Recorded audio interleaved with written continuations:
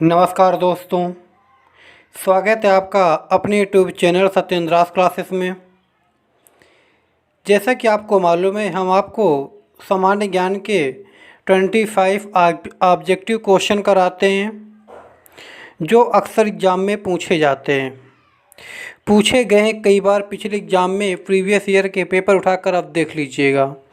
मतलब हम कह सकते हैं बहुत इम्पॉर्टेंट क्वेश्चन होते हैं, ऑब्जेक्टिव क्वेश्चन होते हैं। प्रत्येक ऑप्शन को हम एक्सप्लेन करते हैं। चलिए देखते हैं आज का पहला क्वेश्चन क्या है। एंटासिड होते हैं, आपको बताना एंटासिड क्या होते हैं। ठीक है, एंटासिड क्या होते हैं? ये होते हैं आपके भस्म। क्या होते हैं? ये होते हैं आपके भस्म। इनका निर्माण aluminium hydroxide, magnesium hydroxide, magnesium trisilicate, calcium carbonate, ठीक है, आदि के द्वारा इनका निर्माण किया जाता है। इनका प्रयोग क्यों किया जाता है? इनका प्रयोग औषधि के रूप में, ठीक है, औषधि के रूप में। किस औषधि के रूप में? जब पेट में आवश्यकता से अधिक एसिड बन जाता है, उसे कम करने के लिए हम एंटासिड का प्रयोग करते हैं, यानी कि भस्म का प्रयोग करते हैं। अगला क्वेश्चन है, स्वर्णकारों द्वारा प्रयोग में लाया गया एक्वा रेजिया किसको मिलाकर बनाया जाता है?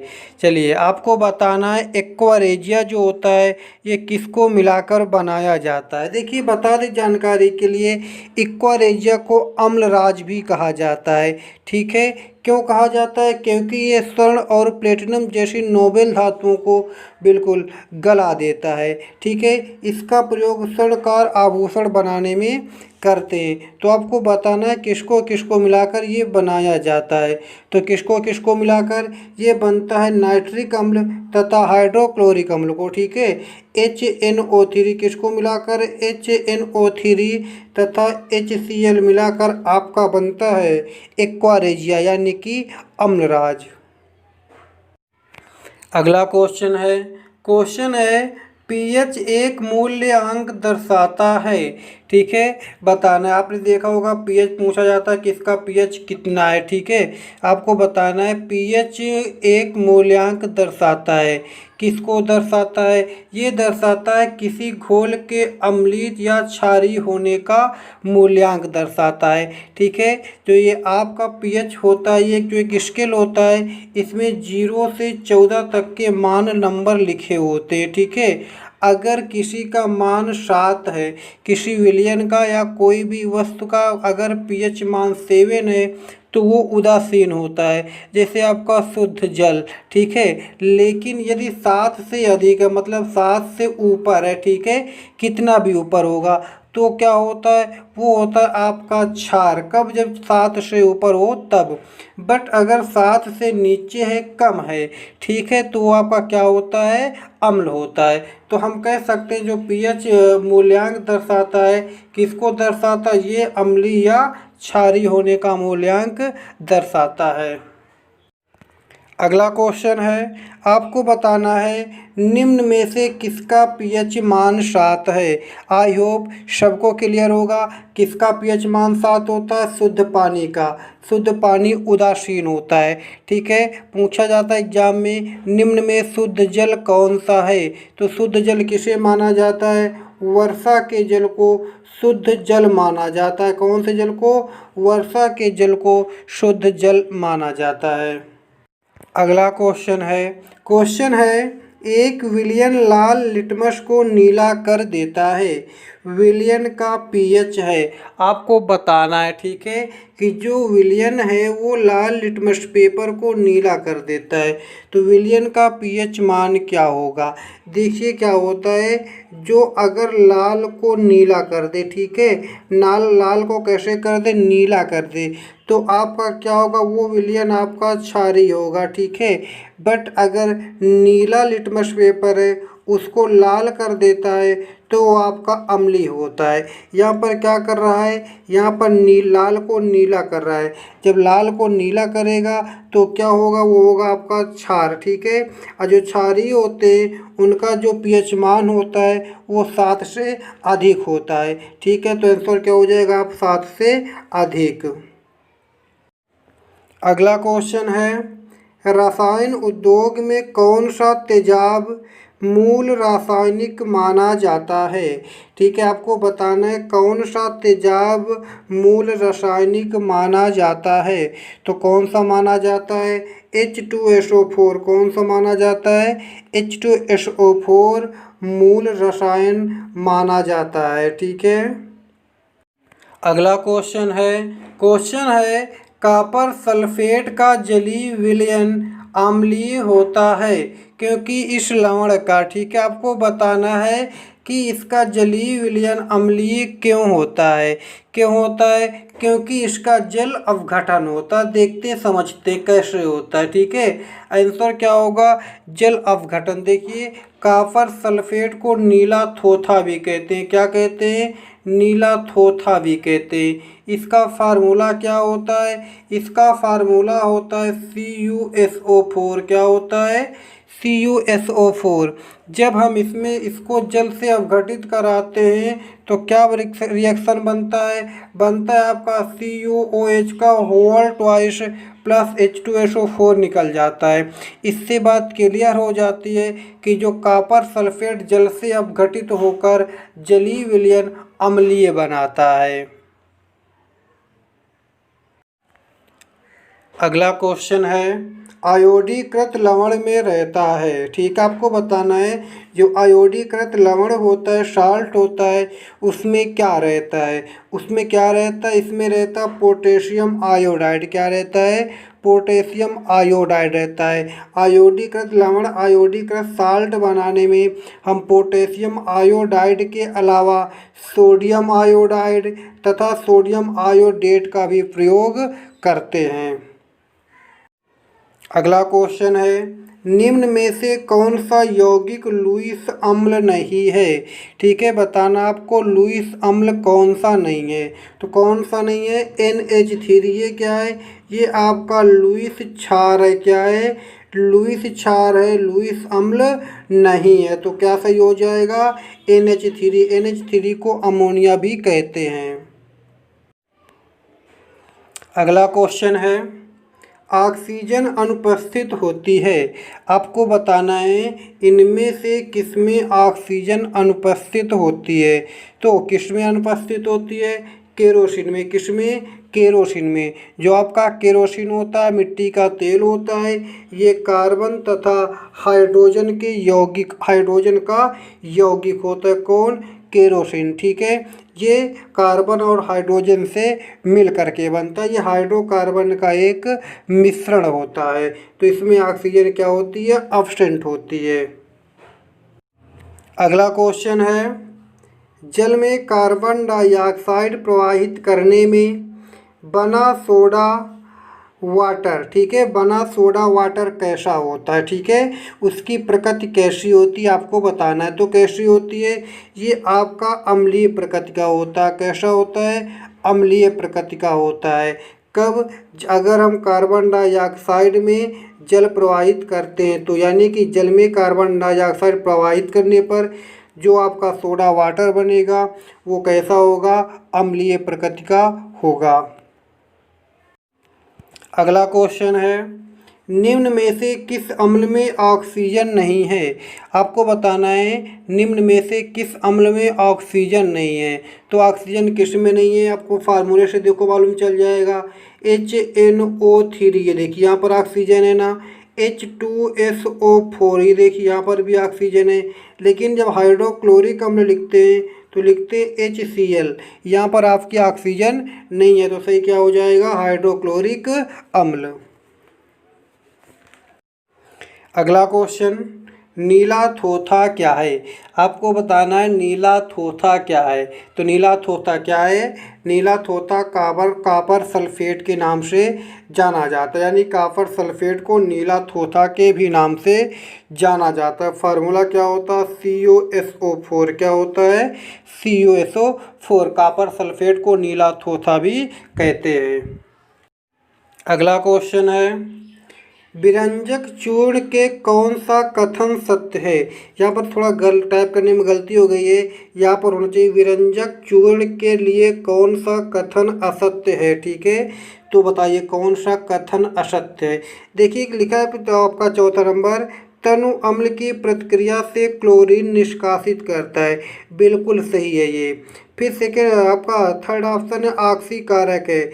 विरंजक चूर्ण ऑक्सीकारक, ये भी बिल्कुल सही है। तो सेकंड ऑप्शन हल्के पीले रंग का चूर्ण है, ये भी बिल्कुल सही है। लेकिन आपका जो फर्स्ट नंबर है, पहला नंबर है, ये कह रहा जल में अधिक विलेय है, गलत है। विरंजक चूर्ण जल में अविलेय होता है, इसलिए आपका यही सही हो जाएगा। ठीक है, क्या होगा आपका इसमें आंसर? आपका आंसर होगा क्या? जल में अधिक विलेय है।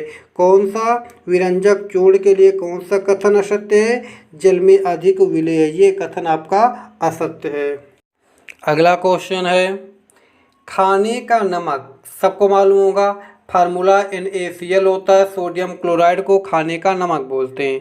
क्वेश्चन है, खाने का नमक किससे बनता है? तो ये किससे बनता है? ये बनता है आपका मजबूत अम्ल और मजबूत क्षार से बनता है।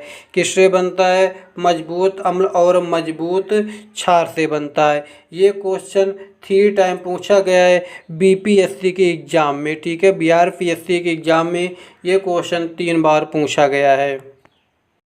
अगला क्वेश्चन है, ब्लीचिंग पाउडर में कौन सा अम्ल होता है?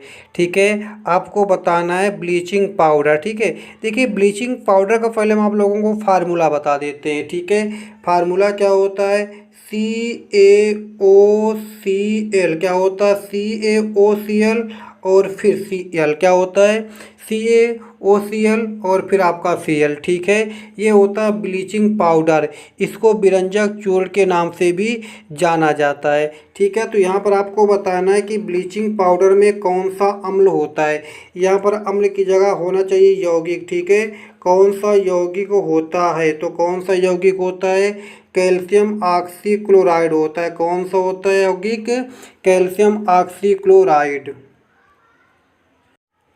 अगला क्वेश्चन है, जब इनो लवण में जल डाला जाता है बुलबुले बनते हैं, जिसका कारण क्या है? आप सब लोगों को मालूम होगा, इनो यूज करते होंगे। जब इनो में जल डालते हैं तो बुलबुले बनते हैं, इसका कारण क्या होता है? इसका कारण होता है क्योंकि वहाँ पर कार्बन डाइऑक्साइड, जल डालने से कार्बन डाइऑक्साइड CO2 उत्पन्न होती है। यही रीजन है बुलबुले बनने का। यही बुलबुले का निर्माण करती है कौन? CO2, carbon dioxide. अगला क्वेश्चन है, फोटोग्राफी में उपयुक्त तत्व है। ठीक है, उपयुक्त मतलब उपयोगी। ठीक है, बताना है फोटोग्राफी में उपयोगी या उपयुक्त तत्व कौन सा है? तो कौन सा है? Silver bromide. कौन सा है? Silver bromide. सिल्वर ब्रोमाइड का प्रयोग फोटोग्राफी में किया जाता है। किस लिए किया जाता है? फोटोग्राफी प्लेट विकसित करने के लिए हम सिल्वर ब्रोमाइड का प्रयोग करते हैं। अगला क्वेश्चन है, निम्न में सबसे अधिक क्षार नहीं होना चाहिए, यहाँ पर होना चाहिए श्यान। ठीक है, निम्न में सबसे अधिक श्यान है। श्यान मतलब क्या होता? श्यानता। श्यानता मतलब क्या होती है? जो किसी भी द्रव के बहने का विरोध करती है, श्यानता कहते हैं। जो जितना गाढ़ा होगा वो उतना ही धीरे बहेगा। जैसे आप पानी और मिल्क दूध को कंपेयर कराइए तो दूध धीरे बहेगा, पानी ज़्यादा तेज बहेगा, तो दूध की श्यानता अधिक होती है। जो गाढ़ा होगा उसकी श्यानता अधिक होगी। तो इन सब में सबसे अधिक गाढ़ा कौन होगा बताइए? कौन होगा? शहद होगा ना। तो सबसे अधिक श्यान कौन है? शहद है। ऑप्शन कैसे मिल जाए आप समझ जाएंगे कि श्यानता क्या होती है और बड़े आसानी से कर लेंगे। तो यहाँ पर क्या सी हो जाएगा? हनी। क्या हो जाएगा? शहद। अगला क्वेश्चन है, फोटोग्राफी में स्थायीकरण के रूप में प्रयोग वाला रसायन है। चलिए बताइए कौन सा रसायन है जिसका प्रयोग फोटोग्राफी में स्थायीकरण के रूप में करते हैं। तो किसका प्रयोग करते हैं, सोडियम थायोसल्फेट का। किसका करते हैं, सोडियम थायोसल्फेट का। ठीक है, इसका प्रयोग सोने और चांदी के निष्कर्षण में भी किया जाता है। किसका प्रयोग, सोडियम थायोसल्फेट का प्रयोग। अब फोटोग्राफी में किस लिए करते हैं, फोटोग्राफी में निगेटिव एवं पॉजिटिव के स्थायीकरण में प्रयोग होता है सोडियम थायोसल्फेट का। सही क्या हो जाएगा, सोडियम थायोसल्फेट। सोडियम थायोसल्फेट आपका सही हो जाएगा, ऑप्शन बी। अगला क्वेश्चन है, सभी जैव यौगिक का अनिवार्य मूल तत्व है। मतलब जितनी भी बायो कंपाउंड हैं सबका अनिवार्य मूल तत्व क्या है, सोचिए और बताइए क्या है। तो क्या है, वो है आपका कार्बन। क्या है, कार्बन। ठीक है, जितने भी जैव यौगिक हैं सबका अनिवार्य मूल तत्व क्या है, कार्बन है। अगला क्वेश्चन है, मस्टर्ड गैस का उपयोग किया जाता है। मस्टर्ड गैस का फार्मूला क्या होता है, C4। क्या होता है, C4H8Cl2S। याद रखिएगा, C4H8Cl2S फार्मूला होता मस्टर्ड गैस का। ठीक है, इसका प्रयोग किस लिए किया जाता है, रासायनिक युद्ध के रूप में। किस रूप में, रासायनिक युद्ध के रूप में। ठीक है, इसका प्रयोग प्रथम विश्व युद्ध के दौरान भी किया गया था। ये एक प्रकार की जहरीली गैस होती है जो लगभग 1 से 6 घंटे के अंदर शरीर पर असर करना शुरू कर देती है। इसका रासायनिक नाम क्या है, इसका रासायनिक नाम है डाईक्लोरो डाईएथिल सल्फाइड। क्या है, डाईक्लोरो डाईएथिल सल्फाइड इसका रासायनिक नाम है। अगला क्वेश्चन है, छपाई में प्रयोग में आने वाली स्याही निम्नलिखित में से किसके अपघटन से प्राप्त होती है। चलिए बताइए किसके अपघटन से प्राप्त होती है। तो किसके अपघटन से प्राप्त होती है, ये प्राप्त होती है मीथेन के अपघटन से। ठीक है, मीथेन का फार्मूला क्या होता है, CH4। ये एक रंगहीन, स्वादहीन और गंधहीन गैस है। कौन सी, मीथेन। ये दलदली क्षेत्रों में पाई जाती है।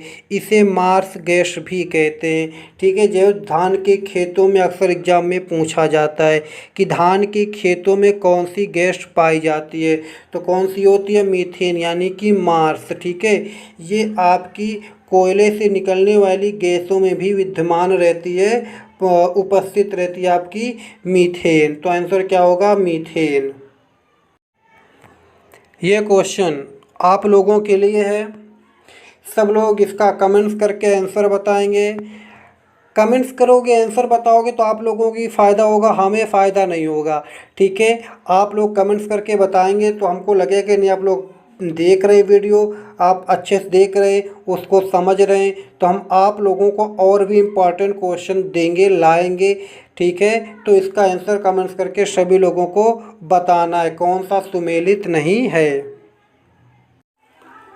ये आज के क्विज का लास्ट क्वेश्चन है। जो लोग पहली बार चैनल पर विजिट करें और सब्सक्राइब कर लें, साथ में बेल आइकन को प्रेस कर दें। वीडियो अच्छी लगी हो, क्वेश्चन अच्छे लगे हो तो लाइक भी कर दें और अधिक से अधिक शेयर भी करें। क्वेश्चन है, निम्न में से कौन सा रसायन फलों के पकाने के लिए प्रयोग किया जाता है। तो कौन सा किया जाता है, कैल्शियम कार्बाइड। कौन सा होता है, कैल्शियम कार्बाइड। फार्मूला क्या होता है, CaC2। क्या होता है, CaC2। ये एसिटिलीन के एक एजेंट के रूप में भी काम करता है। जैसे कि आप लोगों से पूछा जाता है कौन सी गैस होती है जो फलों को पकाने के लिए प्रयोग की जाती है, तो कौन सी गैस होती है, एसिटिलीन होती है। ठीक है, तो आपका क्या सही हो जाएगा, कैल्शियम कार्बाइड।